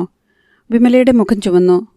1,00,000 പോയിട്ട് 1,00,000 പൈസ ഞാൻ നിങ്ങൾക്ക് തരില്ല. അങ്ങനെ പറയല്ലേ, നന്ദികേടാവും. നിങ്ങളെന്നെ ഭീഷണിപ്പെടുത്താൻ വന്നതാണോ? ഭീഷണിപ്പെടുത്താനോ? ഏയ്, എനിക്ക് അല്പം പണത്തിൻ്റെ ആവശ്യം വന്നു. നിന്റെ അടുത്തു വന്നാൽ പഴയ ഉപകാരസ്മരണ വെച്ച് നീ എന്നെ സഹായിക്കുമെന്ന് കരുതി. ആ തോന്നൽ ഇപ്പോൾ മാറിയല്ലോ. ഇല്ല, ഇപ്പോഴും എൻ്റെ വിശ്വാസം നമ്മൾ തമ്മിൽ ഒരു ധാരണയിൽ പോകുന്നതാണ് നന്നെന്നാണ്. ഇതുവരെ മാന്യമായിട്ടാണ് ഞാൻ നിങ്ങളോട് സംസാരിച്ചത്. നിങ്ങൾ 10 വർഷം മുൻപ് കണ്ട വിമലയല്ല ഇത്. പക്ഷേ എനിക്ക് നീ പഴയ വിമല തന്നെ. 10 വർഷം മുൻപ് ഞാൻ വിവാഹം ചെയ്ത സ്ത്രീ എൻ്റെ ഭാര്യ. വിമല വിളറി. ഇപ്പോഴും നീ എൻ്റെ ഭാര്യയാണ്. അത് മറക്കണ്ട. എനിക്ക് നിന്നെ ദ്രോഹിക്കാൻ കഴിയും. പക്ഷേ എനിക്കതിന് ആഗ്രഹമില്ല. 1,00,000 രൂപ തന്നാൽ നമുക്കൊരു ധാരണയിൽ പിരിയാം. പരസ്പരം മറന്നു കളയാമെന്ന്. വിമല അയാളെ തുറച്ചു നോക്കി. പിന്നെ സാവധാനം പറഞ്ഞു, നിങ്ങൾക്കെന്നെ ദ്രോഹിക്കാൻ സാധിക്കുമെങ്കിൽ അതായിക്കോളൂ. ഇനിമേലിൽ എന്നെ കാണാൻ വരരുത്. വന്നാൽ ഞാൻ കാണാനോ സംസാരിക്കാനോ തയ്യാറല്ല. അവൾ തിരിഞ്ഞു നടന്നു. പുറകിൽ നിന്ന് രാജൻ ബാബുവിൻ്റെ ചിരി കേട്ടു. പെട്ടെന്ന് ഒരു തീരുമാനമെടുക്കേണ്ട. എനിക്കത്ര ധൃതിയൊന്നുമില്ല. ആജീവനാന്തം എൻ്റെ ഭാര്യയായി കഴിയാൻ നിനക്ക് താല്പര്യം കാണുകയില്ലല്ലോ. അതുകൊണ്ട് നല്ല പോലെ ആലോചിച്ചിട്ട് മതി. വിമല തിരിഞ്ഞു നോക്കാതെ നടന്നു. രാജൻ ബാബു ഇറങ്ങിപ്പോയി. അമ്മിണി വിമലയോട് ചോദിച്ചു, ആരായിരുന്നു അത്? എൻ്റെ ഭർത്താവ്. ഭർത്താവോ? അമ്മിണി നെറ്റിച്ചുളിച്ചു. രാജൻ ബാബു, ഞാൻ പറഞ്ഞിട്ടില്ലേ? ഓ, അയാൾ എന്തിനു വന്നു? ഞാനിപ്പോഴും അയാളുടെ ഭാര്യയാണെന്ന് ഓർമ്മിപ്പിക്കാൻ. എന്നിട്ട് അയാൾ ആ സ്ഥാനം ഒഴിവാക്കി തരും. 1,00,000 രൂപ കൊടുത്താൽ മതി. ഓഹോ, നീ എന്തു പറഞ്ഞു? രൂപ കൊടുക്കില്ലെന്ന്. എന്നുവെച്ചാൽ മരണം വരെ അയാളുടെ ഭാര്യയായി തുടർന്നു കൊള്ളാമെന്ന്. സംഗതി അത്ര നിസ്സാരമല്ലല്ലോ മോളെ. അയാൾക്കെന്നെ എന്തു ചെയ്യാൻ കഴിയും? നിയമാനുസൃതമായി നീ അയാളുടെ ഭാര്യയല്ലേ. നിയമം എന്തു ചെയ്യും? ഭർത്താവിന് ചെലവ് കൊടുക്കണമെന്ന് വിധിക്കുമോ? അതില്ല. പക്ഷെ നിന്റെ ഭാവി? എനിക്കെന്തു ഭാവി? നല്ല കാലം വരുമെന്നുള്ള പ്രതീക്ഷയൊക്കെ ഞാൻ കൈവിട്ടു. നിനക്ക് പ്രതീക്ഷയില്ലെന്ന് വെച്ച് നല്ല കാലം വന്നുകൂടായികയില്ല. നിനക്കിനിയും ഒരു ഭർത്താവും കുടുംബജീവിതവും ഒക്കെ ഉണ്ടാവാം. യഥാർത്ഥത്തിൽ നീ അവിവാഹിതയാണ്, ചെറുപ്പക്കാരിയാണ്, സുന്ദരിയാണ്. ജീവിതത്തിൽ ഓരോ വഴിത്തിരിവുണ്ടാകുന്നത് പെട്ടെന്നായിരിക്കും. നമ്മളെ അത് അത്ഭുതപ്പെടുത്തും, ഞെട്ടിപ്പിക്കും, തകർക്കും. വീണ്ടും ഇതെല്ലാം ആവർത്തിക്കും. ജീവിതം ഇനിയും ധാരാളമുണ്ടെന്ന കരുതലോടെ വഴിയിലെ തടസ്സങ്ങൾ നീക്കി വേണം പോകാൻ. പിന്നീടോർത്ത് പശ്ചാത്തപിക്കേണ്ടി വരരുത്. കണ്ണിലെ ആ കരട്, അല്ലെങ്കിൽ കാലിൽ കൊണ്ട മുള്ള് അന്ന് തന്നെ എടുത്തു കളയാമായിരുന്നെന്ന്. ഞാൻ എന്തു ചെയ്യണമെന്നാ പറയുന്നത്? 1,00,000 രൂപ കൊടുക്കണോ?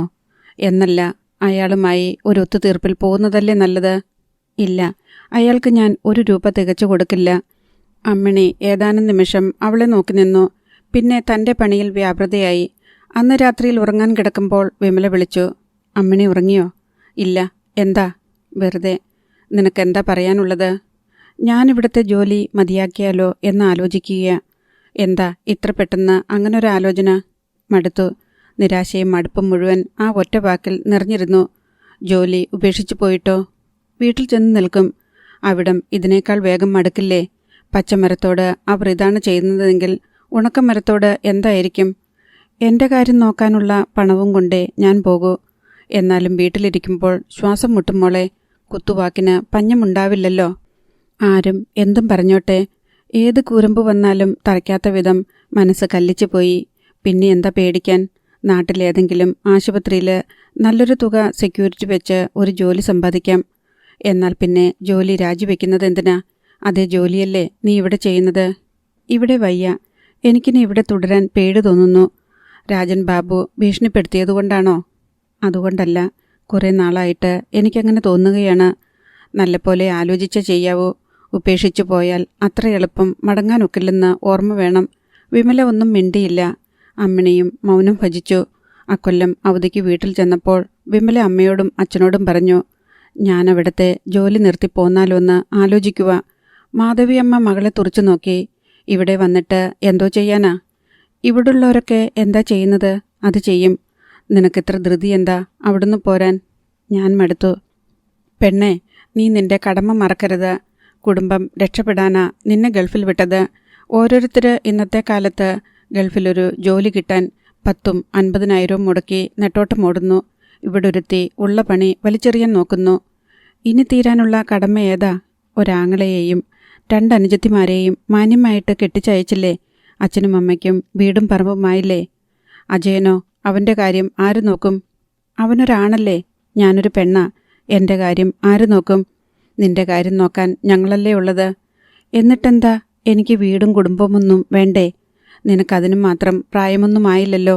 ഓരോന്നും നടത്തേണ്ട സമയത്ത് വേണ്ട പോലെ ആലോചിച്ച് നടത്താൻ ഞങ്ങൾക്കറിയാം. അതിനാ തന്തേം തള്ളേം. ആകട്ടെ, അജിതേം അനിലേം എൻ്റെ അനിയത്തിമാരോ അതോ ജ്യേഷ്ഠത്തിമാരോ? അവരുടെ അത്രയും പ്രായം എനിക്കില്ലെന്നാണോ അമ്മ പറഞ്ഞുകൊണ്ട് വരുന്നത്? എടി, ഓരോന്നിനും ഓരോ സമയമുണ്ട്. മംഗല്യഭാഗ്യം വരുന്നവരുടെ അങ്ങ് നടന്നു പോകും. അത് ഈശ്വര നിശ്ചയമാ. അവരുടെ മംഗല്യഭാഗ്യം അടുത്തായിരുന്നു. അതുകൊണ്ട് ആ സമയത്തങ്ങ് നടന്നുപോയി. അല്ലാതെ ഞാൻ അധ്വാനിച്ച് കാശുണ്ടാക്കി കൊടുത്തിട്ടല്ല. കാശുണ്ടായിട്ടെന്താ കാര്യം? നിന്റെയും പ്രതാപൻ്റെയും കയ്യിൽ ഇഷ്ടം പോലെ കാശുണ്ടായിരുന്നല്ലോ. എന്നിട്ടെന്തിയേ നടക്കാഞ്ഞത്? സമയമായില്ല. നിനക്ക് മംഗല്യഭാഗ്യം വന്നില്ലായിരുന്നു. അമ്മ മനഃപൂർവ്വം കുത്തിപ്പറഞ്ഞതാണെന്ന് വിമലയ്ക്ക് മനസ്സിലായി. ഹൃദയത്തിലൊരു ചെറിയ നീറ്റൽ. തനിക്ക് മംഗല്യഭാഗ്യം അടുക്കാത്തതുകൊണ്ട് പ്രതാപനെ വിമാനത്തിൽ കയറ്റി അത് തകർത്ത് ആ മനുഷ്യനെ കൊല്ലിച്ച ഈശ്വരൻ. ചിരിക്കുകയാണോ, തേങ്ങുകയാണോ, ശപിക്കുകയാണോ വേണ്ടത്? എടി, ദൈവം അറിഞ്ഞു തന്ന ജോലിയാ. എല്ലാവർക്കും ഇങ്ങനെ വാരിക്കോരി കൊടുക്കുകയില്ല. കൈവന്ന ഭാഗ്യം നീ വലിച്ചെറിയരുത്. എന്നും ഇങ്ങനെ കിട്ടുകയില്ലെന്ന് ഓർക്കണം. ജോലി രാജിവെക്കാൻ വരട്ടെ, ഞങ്ങൾ പറയാം. മാധവിയമ്മ പറഞ്ഞു നിർത്തി. അധ്യായം 37.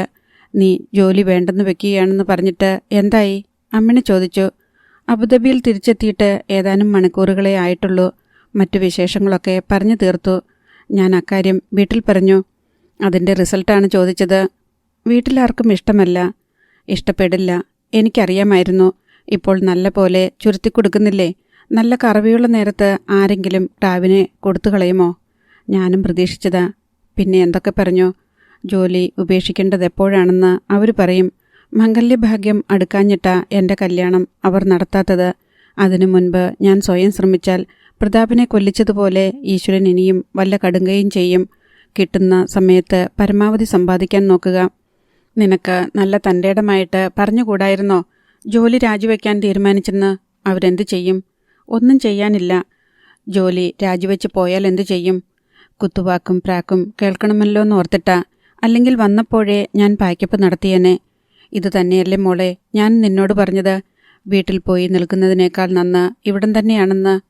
എന്നുവെച്ച് ആയുഷ്കാലം മുഴുവൻ ഇവിടെ ജീവിക്കാൻ ഒക്കൂ അമ്മിണി. എന്തായാലും കുറച്ചു കാലം കൂടി നിൽക്കുക. നിനക്ക് സ്വന്തമായിട്ട് നല്ലൊരു ബാങ്ക് ബാലൻസ് ഉണ്ടാക്കിക്കൊണ്ട് പോ. എടി, വീട്ടുകാർ പുച്ഛിച്ചാൽ ഇറങ്ങിപ്പോയി 4-5 ലക്ഷം മുടക്കി ഒരു വീട് വിലയ്ക്ക് വാങ്ങി ഒരു ഗൂർഖയെയും കാവൽ നിർത്തി ജീവിച്ചു കാണിച്ചു കൊടുക്കണം. അത്രയൊന്നുമില്ലെങ്കിൽ ഒരു വിമൻസ് ഹോസ്റ്റലിൽ പോയി ജീവിക്കാനുള്ള വകയൊക്കെ ഉണ്ടാക്കിക്കൊണ്ടേ ഞാൻ പോകൂ. പിന്നെ അമ്മാമ്മയുടെ മകൾ ശ്രീരഞ്ജിനിയെക്കുറിച്ച് ഞാൻ പറഞ്ഞിട്ടില്ലേ? അവളുടെ വിവാഹം എന്തെങ്കിലും നടത്തുമ്പോൾ ആവശ്യം വേണ്ട സ്വർണവും. അമ്മാമ്മ എന്നെ ഒരുപാട് സഹായിച്ചിട്ടുണ്ട്. ഞാൻ ഗൾഫിൽ വരാനുള്ള കാരണം തന്നെ അമ്മാമ്മയാണെന്ന് പറയാം. എൻ്റെ അനുജത്തിമാരെയെല്ലാം അവരാഗ്രഹിച്ച പോലെ വിവാഹം കഴിച്ചയച്ചു. ശ്രീരഞ്ജിനിയും എനിക്ക് അനുജത്തി തന്നെ. അതൊന്നും വേണ്ടെന്ന് ഞാൻ പറയുന്നില്ല. പക്ഷേ നിനക്കും ഒരു സമ്പാദ്യമുണ്ടായിരിക്കണം. അതല്പം കൂടിയിരിക്കുന്നതുകൊണ്ട് ദൂഷ്യമൊന്നുമില്ല. നിനക്ക് ജോലിയൊന്നും കിട്ടിയില്ലെങ്കിൽ ഒരു നഴ്സറി സ്കൂൾ തുടങ്ങണമെന്ന് തോന്നിയാൽ, ഒരു തയ്യൽ കേന്ദ്രം തുടങ്ങണമെന്ന് തോന്നിയാൽ അതിനൊക്കെയുള്ള മൂലധനം കരുതിയിരിക്കണം. വിമല ഒന്നും മിണ്ടിയില്ല. എന്തായാലും 1 വർഷം കൂടിയേ താൻ ഗൾഫിൽ നിൽക്കൂ എന്നവൾ തീരുമാനിച്ചു. അത്രത്തോളം മടുത്തു കഴിഞ്ഞു. അടുത്ത ദിവസം ഹോസ്പിറ്റലിൽ ഡ്യൂട്ടിയിലായിരിക്കുമ്പോൾ അമ്മിണിക്ക് ഒരു കമ്പി സന്ദേശം. അമ്മിണി അത് ഒപ്പിട്ടു വാങ്ങുമ്പോൾ വിമലയും അടുത്തുണ്ടായിരുന്നു. ആരുടെയാ ടെലഗ്രാം? വീട്ടിൽ നിന്നാണെന്ന് തോന്നുന്നു. അമ്മിണി ടെലഗ്രാം പൊട്ടിച്ചു നോക്കി. വിമല അവളുടെ മുഖത്തേക്ക് തന്നെ നോക്കുകയായിരുന്നു. കണ്ണുകളിൽ ഒരു നടുക്കം ദൃശ്യമായി. മുഖത്ത് പെട്ടെന്നൊരു വിളർച്ച, അഗാധമായ വേദനയുടെ പിടച്ചിൽ, ചുണ്ടുകളിൽ നേരിയ വിറയൽ. എല്ലാം ഒരു നിമിഷാർദ്ധത്തേക്ക് മാത്രം. അമ്മിണി വിദൂരതയിലേക്കെന്നവണ്ണം നോക്കി. അനേകായിരം മൈലുകൾക്കകലെയാണ് ആ നോട്ടം പതിയുന്നതെന്ന് തോന്നുമായിരുന്നു. ഒരു കടിച്ചടക്കൽ. മുഖത്ത് നിസ്സംഗതയുടെ മുഖപടം വീണു. എന്താ അമ്മിണി? വിമല അല്പം മറച്ചു ചോദിച്ചു. എൻ്റെ ഭർത്താവ് മരിച്ചു. വിമലയ്ക്ക് നെഞ്ചിലൊരു കത്തലുണ്ടായി. പകപ്പോടെ അവൾ വീണ്ടും വീണ്ടും അമ്മിണിയെ നോക്കി. അവിശ്വാസത നിറഞ്ഞ നോട്ടം. അമ്മിണി കമ്പി അവളെ ഏൽപ്പിച്ചു. വിമല നോക്കി. സത്യമാണ് വാർത്ത.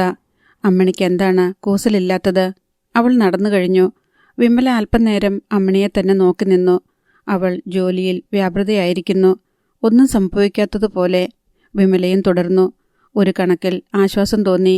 അമ്മിണി അലമുറയിട്ട് കരഞ്ഞെങ്കിൽ, സഹിക്കാൻ വയ്യാത്ത ദുഃഖം അവൾക്കുണ്ടായെങ്കിൽ താൻ എന്തു ചെയ്യുമായിരുന്നു എന്നും തന്നെ അലട്ടിയിട്ടുള്ള പ്രശ്നമാണ്. കരയുന്നവരെയും ദുഃഖിക്കുന്നവരെയും ആശ്വസിപ്പിക്കേണ്ടത് എങ്ങനെയെന്നുള്ള വിമ്മിട്ടം. പലപ്പോഴും അത് വലിയ ടെൻഷൻ ഉളവാക്കിയിട്ടുണ്ട്. ഒരാൾ കരയുമ്പോൾ വെറുതെ നോക്കി നിൽക്കുന്നത് ശരിയല്ല. ആശ്വാസവചനങ്ങളിലെ പൊള്ളത്തരം ശരിക്കും അറിയാവുന്നതിനാൽ അതിന് മുതിരുകയില്ല. കൈപിടിച്ചൊന്ന് അമർത്താം, അതിൽ കൂടുതൽ വയ്യ. ഇവിടെ ആ ബുദ്ധിമുട്ടുകളൊന്നുമില്ല. അമ്മിണി സാധാരണ പോലെ ജോലി ചെയ്യുന്നു, തമാശ പറയുന്നു, ചിരിക്കുന്നു. ഭർത്താവിൻ്റെ മരണം അവളുടെ മനസ്സിൽ ഒരു പോറൽ പോലും ഏൽപ്പിച്ചിട്ടില്ലേ? അത്രത്തോളമേ ഉണ്ടായിരുന്നുള്ളോ ആ ബന്ധത്തിൻ്റെ ആഴം? ഇടയ്ക്കിടെ വിമല അമ്മിണിയെ നിരീക്ഷിച്ചു. ഇല്ല, ഭാവമാറ്റമൊന്നുമില്ല. അമ്മിണി ക്രൂരിയാണെന്ന്, സ്നേഹമില്ലാത്തവളാണെന്ന്, കഠിനഹൃദയാണെന്ന് ആദ്യമായി വിമലയ്ക്ക് തോന്നി. അമ്മിണിയോട് സംസാരിക്കാനൊരു വിമിട്ടം. ഭർത്താവ് മരിച്ചെന്ന് നിമിഷങ്ങൾക്ക് മുൻപ് മാത്രം അറിഞ്ഞ ഒരു സ്ത്രീയോടെന്ന പോലെ വേണ്ടേ സംസാരിക്കാൻ? പക്ഷേ ആ മൂഡിലല്ല അമ്മിണി. മണിക്കൂറുകൾ കടന്നു പോയിക്കൊണ്ടിരുന്നു. ഉച്ചഭക്ഷണവും ചായയുമെല്ലാം അമ്മിണി പതിവ് പോലെ കഴിച്ചു. ഒന്നിനും കുറവ് വരുത്തിയില്ല. അമ്മിണി വിവാഹിതയായിരുന്നെന്ന് വിമലയ്ക്കറിയാം. ഭർത്താവുണ്ട്, ബന്ധുക്കളുണ്ട്, സഹോദരങ്ങളുണ്ട് എന്നൊക്കെയാണ് പറഞ്ഞിട്ടുള്ളത്. സന്തുഷ്ടമായ കുടുംബം എന്നേ വിചാരിച്ചുള്ളൂ. അമ്മിണിയുടെ കണ്ണുകളിലെന്നും ദുഃഖം മരവിച്ചു കിടന്നിരുന്നു. ഒരിക്കൽ ചോദിച്ചു, ഭർത്താവുമായി അകൽച്ചയിലാണോ? വീട്ടിലെന്തെങ്കിലും പ്രശ്നങ്ങളുണ്ടോ എന്നൊക്കെ. മറുപടി ഒരു നനഞ്ഞ ചിരിയായിരുന്നു. ഭർത്താവിൻ്റെ വീട്ടുകാരുമായി രമ്യതയിലാണെന്നറിയാം. ഭർത്താവിൻ്റെ സഹോദരങ്ങളെക്കുറിച്ച് വാചാലയാകാറുണ്ട്. അവർക്ക് പഠിക്കാനും വീട്ടുചെലവിനും പണമയച്ചു കൊടുത്തുകൊണ്ടിരുന്നത് അമ്മിണിയാണല്ലോ. അവൾക്ക് അവരോടെല്ലാം സ്നേഹമായിരുന്നു. അമ്മിണിക്ക് കുട്ടികളില്ലാത്തതിൻ്റെ ദുഃഖമാണെന്നായിരുന്നു ധാരണ. കുട്ടികളില്ലാത്തതല്ല, കുട്ടികൾ തൽക്കാലം വേണ്ടെന്ന് വയ്ക്കുകയാണെന്ന് ഒരിക്കൽ പറഞ്ഞതായി ഓർക്കുന്നു. കുറച്ച് പണം സമ്പാദിക്കണം. കുട്ടികളുണ്ടായാൽ ജോലിക്ക് തടസ്സമാവും. സമ്പാദ്യവുമായി നാട്ടിൽ ചെന്ന് ജീവിതം തുടങ്ങുമ്പോൾ മതിയല്ലോ കുട്ടികൾ. പിന്നീടൊരിക്കൽ തങ്ങൾക്ക് കുട്ടികളുണ്ടാവില്ല എന്ന് ദുഃഖത്തോടെ പറഞ്ഞതും ഓർമ്മയുണ്ട്. ഒരുപാട് നിഗൂഢതകൾ നിറഞ്ഞതാണ് അമ്മിണിയുടെ ജീവിതമെന്ന് തോന്നിയിട്ടുണ്ട്. പലതും മറച്ചുവെച്ചതുപോലെ. ഭർത്താവിനെക്കുറിച്ച് സംസാരിക്കാറേയില്ല. അതേക്കുറിച്ച് പരാമർശം വല്ലതുമുണ്ടായാൽ ഒഴിഞ്ഞു മാറുകയായിരുന്നു അമ്മിണിയുടെ പതിവ്. ഇപ്പോഴിതാ ഭർത്താവിൻ്റെ മരണവാർത്ത അറിഞ്ഞതിന് ശേഷമുള്ള നിസ്സംഗത. എപ്പോഴെങ്കിലും ചോദിക്കണമെന്ന് വിമല ഉറച്ചു. ജോലി കഴിഞ്ഞ് ക്വാർട്ടേഴ്സിലെത്തി പണികളെല്ലാം ഒതുക്കി ആഹാരവും കഴിച്ച് കിടക്കാൻ നേരത്താണ് ഒരവസരം ഒത്തുകിട്ടിയത്. ലൈറ്റ് അണച്ചിട്ടില്ല. അമ്മിണി അല്പനേരം എന്തോ വായിച്ചു. പിന്നെ ഗാഢമായ ചിന്തയിൽ മുഴുകി. വിമല ഇടയ്ക്കിടെ ശ്രദ്ധിക്കുന്നുണ്ടായിരുന്നു. അമ്മിണിയുടെ മുഖം വിഷാദഭരിതമായിരുന്നു. വിമല എഴുന്നേറ്റ് അവളുടെ കിടക്കയിൽ ചെന്നിരുന്നു. അറിഞ്ഞിട്ടും അമ്മിണി മുഖം തിരിച്ചില്ല. എന്താ ആലോചിക്കുന്നേ? വിമല മൃദുവായി ചോദിച്ചു. പഴയ ചില കാര്യങ്ങൾ. അമ്മിണി മുഖത്തു നോക്കാതെ പറഞ്ഞു. നൊമ്പരപ്പെടുത്തുന്നതാണോ? പണ്ട് സന്തോഷിച്ചതിനെക്കുറിച്ച് ഓർത്താലും ഒരു ചെറിയ നൊമ്പരമല്ലേ ശേഷിക്കുക? എല്ലാ ഓർമ്മകളും മനസ്സിന് നൊമ്പരങ്ങളാണ്. ഞാനൊന്ന് ചോദിച്ചോട്ടെ അമ്മിണി? ചോദ്യം ക്രൂരമാണെന്ന് തോന്നരുത്. സ്വാതന്ത്ര്യമുള്ളതുകൊണ്ടാണ്. വിമലയ്ക്ക് എന്നോടെന്തും ചോദിക്കാം, ഏതവസ്ഥയിലും. ഭർത്താവ് മരിച്ചതിൽ അമ്മിണിക്ക് വിഷമമില്ലേ? അതിൻ്റെ അർത്ഥം എനിക്ക് ശരിക്കും മനസ്സിലാകുന്നുണ്ട് വിമലെ. ഭർത്താവ് മരിച്ച വിവരത്തിന് കമ്പി കിട്ടിയ ഉടൻ ഞാൻ അലമുറയിട്ട് കരഞ്ഞില്ല. ഓടി നടന്ന് എല്ലാവരെയും വിവരമറിയിച്ച് സഹതാപം തേടിയില്ല. ഭർത്താവിൻ്റെ ശവസംസ്കാരത്തിൽ പങ്കെടുക്കാൻ ഉടൻ അവധി വാങ്ങി നാട്ടിലേക്ക് വിമാനം കയറിയില്ല അല്ലേ? അതെ. അതെന്തുകൊണ്ടാണെന്നോ? എൻ്റെ ഭർത്താവ് മരിച്ചതിൽ എനിക്ക് സന്തോഷമാണ്. ദൈവമല്ലെങ്കിൽ വിധി എൻ്റെ ഭർത്താവിനോടും എന്നോടും ഏറ്റവും അധികം കരുണ കാണിച്ച ദിവസത്തെക്കുറിച്ച് ഞാൻ സന്തോഷിക്കുകയല്ലേ വേണ്ടത്? എനിക്കിത് ക്രൂരമായിട്ട് തോന്നുന്നു. അത് നിനക്ക് ഒന്നും അറിയാൻ പാടില്ലാത്തതുകൊണ്ട്. അമ്മിണി എന്നോടൊന്നും പറഞ്ഞിട്ടില്ല. ഞാൻ ചോദിച്ചപ്പോഴെല്ലാം എൻ്റെ ദുഃഖം മറ്റുള്ളവർക്ക് പങ്കിട്ടു കൊടുക്കാൻ ഇഷ്ടമില്ലാഞ്ഞിട്ട് എൻ്റെ സന്തോഷത്തിൽ മാത്രമേ ഞാൻ ആരെയും പങ്കു ചേർക്കാറുള്ളൂ. കഴിഞ്ഞ 10 വർഷമായിട്ട് അമ്മിണിയുടെ സന്തോഷത്തിൽ നിന്നാണ് ഞാൻ പങ്കുപറ്റിയത്. ഇന്ന് ദുഃഖത്തിൻ്റെ പങ്കാവട്ടെ, അല്ലെങ്കിൽ സന്തോഷത്തിൻ്റെ ആകട്ടെ, ഭർത്താവ് മരിച്ചതിൽ സന്തോഷമാണെന്നല്ലേ പറഞ്ഞത്? അമ്മിണി അല്പനേരം ചിന്താമൂകയായിരുന്നു. ഓർമ്മകളെ ചിട്ടപ്പെടുത്തുകയാണെന്ന് തോന്നി. ഒരു ദീർഘനിശ്വാസത്തിൻ്റെ തുടർച്ചയായി അവൾ പറഞ്ഞു, സന്തോഷമാണോ അതോ ദുഃഖമാണോ എനിക്കറിയില്ല. ദുഃഖിക്കുകയാണോ സന്തോഷിക്കുകയാണോ വേണ്ടതെന്നും അറിയില്ല. 13 വർഷം മുൻപ് അയാളെന്നെ കല്യാണം കഴിച്ചതാണ്. വീട്ടുകാരും നാട്ടുകാരുമെല്ലാം അംഗീകരിച്ച് ആശീർവദിച്ചുള്ള കല്യാണം. ഗൾഫിൽ ജോലി കിട്ടി 6 മാസത്തിന് ശേഷമായിരുന്നു കല്യാണം നടന്നത്. വിവാഹജീവിതത്തിലേക്ക് കാലൂന്നിയ ഒരു പെണ്ണിൻ്റെ ഹൃദയാഭിലാഷങ്ങളെക്കുറിച്ച് ഞാൻ വിവരിക്കുന്നില്ല. നിനക്ക് ഊഹിക്കാമല്ലോ. ഭർത്താവിന് ജോലി വല്ലതും? താലൂക്ക് ഓഫീസിൽ ക്ലർക്കായിരുന്നു. കാണാൻ യോഗ്യൻ. വലിയ കുടുംബസ്ഥിതിയോ ധനസ്ഥിതിയോ ഒന്നുമില്ല. കഷ്ടിച്ച് കഴിഞ്ഞുകൂടുന്ന ഒരു കുടുംബത്തിലെ 7 മക്കളിൽ മൂത്തയാൾ. അയാളെ ആശ്രയിച്ചാണ് ആ കുടുംബം പുലർന്നിരുന്നത്. സാമ്പത്തിക ഭദ്രതയ്ക്കു വേണ്ടിയാണ് അയാൾ ഗൾഫിൽ ജോലിയുള്ള ഒരു പെൺകുട്ടിയെ തന്നെ ഭാര്യയാക്കാൻ തീരുമാനിച്ചത്. എന്നിട്ട് ചതി പറ്റിയത് എനിക്കാണ്. എൻ്റെ ജീവിതം ഉടഞ്ഞുപോയി. അവൾ ഒന്ന് നിർത്തി. അധ്യായം 38. എന്ത് ചതി പറ്റിയെന്നാണ്? വിമലയ്ക്ക് ഉദ്വേഗമായി. ആ വിവാഹബന്ധം ഒരു ചതിയായിരുന്നു. വിമലയ്ക്ക് എൻ്റെ വീട്ടുകാരെ അറിയില്ലല്ലോ. എനിക്കും പ്രായമായ മാതാപിതാക്കളും ഒരുപറ്റം സഹോദരങ്ങളുമുണ്ട്. പാവപ്പെട്ടതിൽ പാവപ്പെട്ട ഒരു കുടുംബത്തിലാണ് ഞാനും വളർന്നത്. ദാരിദ്ര്യത്തിൻ്റെ പീഡകൾ വിമലയ്ക്കും അറിയാമല്ലോ. എൻ്റെ പ്രയത്നഫലം ഊറ്റിക്കറന്നെടുക്കാൻ ഏതായാലും എൻ്റെ വീട്ടുകാർ ആഗ്രഹിച്ചില്ല. സഹോദരങ്ങൾക്കെല്ലാം ഓരോ ചെറിയ പണികളുണ്ട്. ഒരുത്തൻ ഓട്ടോമൊബൈൽ വർക്ക്ഷോപ്പിലാണെങ്കിൽ അടുത്തവൻ തടി ഡിപ്പോയിൽ. ഇളയവൻ ഒരു വാച്ച് റിപ്പയറിംഗ് നടത്തുന്നു. 2 ചേച്ചിമാർ വിവാഹിതരായി പോയി. അനുജത്തിമാരിലൊരാൾ ടൈപ്പ് റൈറ്റിംഗ് ഇൻസ്റ്റിറ്റ്യൂട്ടിൽ ജോലി ചെയ്യുന്നു. മറ്റേയാൾ തയ്യൽക്കടയിലും. അവരവരുടെ കാര്യം തട്ടിമുട്ടി കഴിയാനുള്ള വരുമാനമുണ്ട്. എന്നാലും കുടുംബത്തിൽ വലിയൊരാവശ്യം വന്നാൽ ഞാൻ തന്നെ ആശ്രയം. വീട് ഓടിക്കാനും അനുജത്തിക്ക് തയ്യൽക്കട തുടങ്ങാനും അനുജന് വാച്ച് റിപ്പയറിംഗ് ഷോപ്പ് തുടങ്ങാനുമെല്ലാം പണം ഇറക്കിയത് ഞാൻ തന്നെ. 100 രൂപയ്ക്ക് മീതെ എത്ര തുക ഒന്നിച്ചെടുക്കേണ്ടി വന്നാലും ഞാനാണ് അവരുടെ അഭയം. എന്നിട്ടും ജോലി കിട്ടി അധികം കഴിയും മുൻപേ അവർ എൻ്റെ വിവാഹം നടത്തി. എൻ്റെ നല്ല ഭാവിയെ കരുതി തന്നെ. വിവാഹശേഷം എന്തു സംഭവിച്ചു? വിവാഹം നടത്തിയ ആ ഒരു അവധിക്കാലം മാത്രമേ ഞാൻ ഭർത്താവിനോടൊപ്പം ഭാര്യയായി ജീവിച്ചുള്ളൂ. ആ ചുരുങ്ങിയ കാലത്ത് തന്നെ വിചിത്രമായ പെരുമാറ്റ രീതി കൊണ്ട് അയാൾ എന്നെ അമ്പരപ്പിച്ചിരുന്നു. പെട്ടെന്നാണ് ഭാവമാറ്റങ്ങൾ ഉണ്ടാവുക. ഒന്നുകിൽ കലശലായ കോപം, അല്ലെങ്കിൽ ദുഃഖം. സന്തോഷിച്ചിരിക്കുന്നതിനിടയിൽ ഒരു കാരണവുമില്ലാതെ കയർക്കുക. ചിലപ്പോൾ ദിവസങ്ങളോളം മിണ്ടാതിരിക്കുക. അയാൾ എന്തൊക്കെയോ ഗുളികകൾ കഴിക്കുന്നുണ്ടായിരുന്നു. അവധി കഴിഞ്ഞ് ഗൾഫിലേക്ക് പോരുമ്പോൾ അമ്പരപ്പ് മാത്രമേ എന്നിൽ ശേഷിച്ചിരുന്നുള്ളൂ. ഇവിടെ വന്നിട്ട് ഞാൻ പല കത്തുകൾ അയച്ചു. ചിലതിന് മറുപടി കിട്ടി. ഒരു കത്തിൽ ഉടൻ വിവാഹമോചനം നടത്തണമെന്ന് എഴുതിയിരുന്നു. മറ്റൊന്നിൽ പ്രേമം വാരിക്കോരി ചൊരിഞ്ഞിരിക്കുന്നു. ഇനിയൊന്നിൽ എന്നോട് ജോലി രാജിവെച്ച് വേഗം നാട്ടിൽ മടങ്ങിയെത്തണമെന്ന്. ആദ്യമൊക്കെ ഞാൻ പകച്ചുപോയി. എന്തു ചെയ്യണമെന്നറിയില്ലായിരുന്നു. ആൾ വളരെ എക്സെൻട്രിക് ആയിരിക്കുമെന്ന് ഞാൻ സമാധാനിച്ചു. അക്കൊല്ലം അവധിക്ക് നാട്ടിൽ പോകുന്നതിന് മുൻപേ ഞാൻ അറിഞ്ഞു ആൾ സസ്പെൻഷനിലാണെന്ന്. കൈക്കൂലി കേസാണ്. ഇടപാടുകാരുടെ ചതിയായിരുന്നു. വിജിലൻസുകാർ കൈയോടെ പിടികൂടി.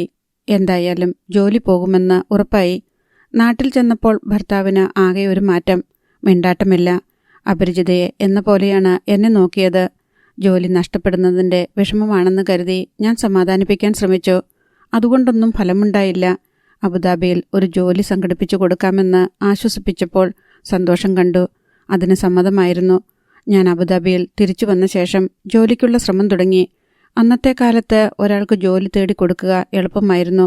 ജോലി റെഡിയായിട്ടുണ്ടെന്നും അടുത്ത തവണ വരുമ്പോൾ എന്നോടൊപ്പം പോരാൻ തയ്യാറായിരിക്കണമെന്നും എഴുതി.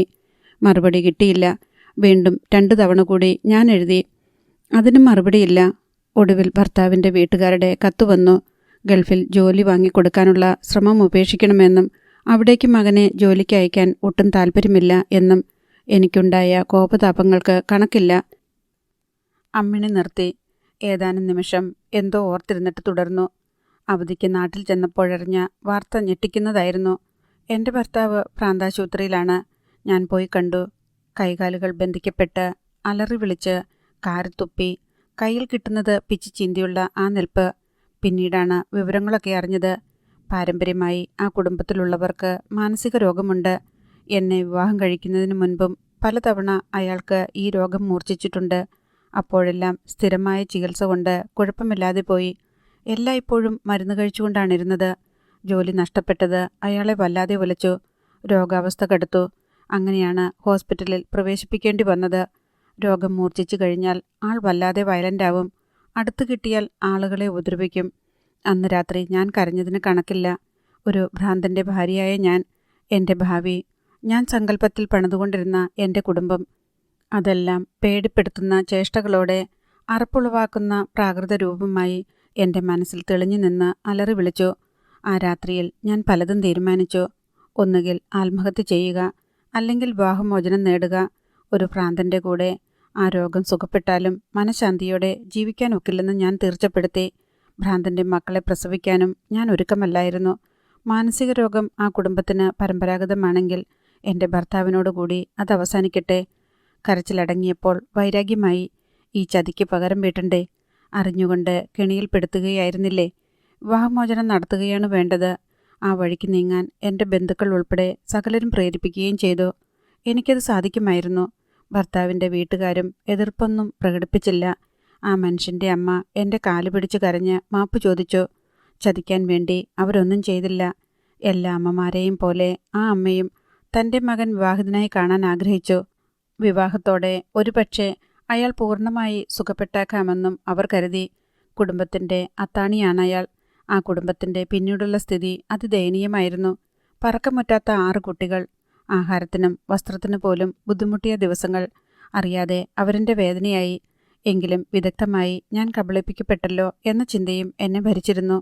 അനേകം രാത്രികളിൽ ഉറക്കമിളച്ചു കിടന്ന് ഞാൻ ആലോചിച്ചു. ഓരോ ദിവസവും ഓരോ തീരുമാനങ്ങൾ. അടുത്ത ദിവസം അത് വെട്ടിത്തിരുത്തി മറ്റൊരു തീരുമാനത്തിലേക്ക്. അവസാനം ഞാനെടുത്ത തീരുമാനം ഇതായിരുന്നു, ഒരു ബലിയാടാവുക. വിവാഹമോചനത്തിന് ശ്രമിച്ചതേയില്ല. ഇല്ല വിമലെ, അത്യധികം ആഗ്രഹിച്ചെങ്കിലും എനിക്കതിന് സാധിച്ചില്ല. എല്ലാ മാസങ്ങളിലും ഞാൻ ആ വീട്ടിലേക്ക് പണം അയച്ചു. അവർക്ക് വേണ്ടി ജോലി ചെയ്തു. അവർക്ക് വേണ്ടി ഞാൻ എൻ്റെ ജീവിതം തീരെഴുതി. വലിയ നഷ്ടബോധത്തോടെയാണ് ഞാനത് ചെയ്തുകൊണ്ടിരുന്നത്. എനിക്കാകെ കൂടി കിട്ടിയ ജീവിതമല്ലേ. എന്നാലും ഓരോ തവണയും അവധിക്ക് ആ വീട്ടിലേക്ക് ചെല്ലുമ്പോൾ അവരുടെ സ്നേഹവും ആദരവും അനുഭവിക്കുമ്പോൾ എനിക്ക് തോന്നും, ഒന്നും എനിക്ക് നഷ്ടപ്പെട്ടിട്ടില്ലെന്ന്. എനിക്ക് ലാഭമാണുണ്ടായതെന്ന്.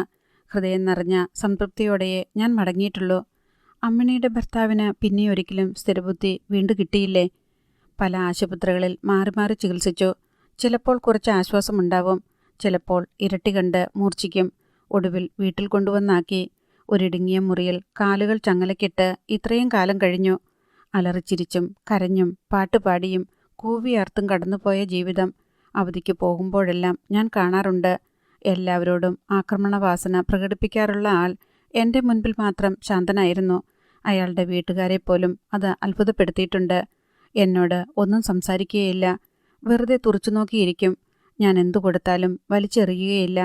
ഒരിക്കൽ എൻ്റെ മുൻപിലിരുന്ന് ഒരു കുഞ്ഞിനെപ്പോലെ വാവിട്ട് കരഞ്ഞു. അന്ന് എനിക്കും കരച്ചിൽ വന്നു. എനിക്ക് ഏറ്റവും സങ്കടം തോന്നിയ ദിവസം അതായിരിക്കുമെന്ന് തോന്നുന്നു.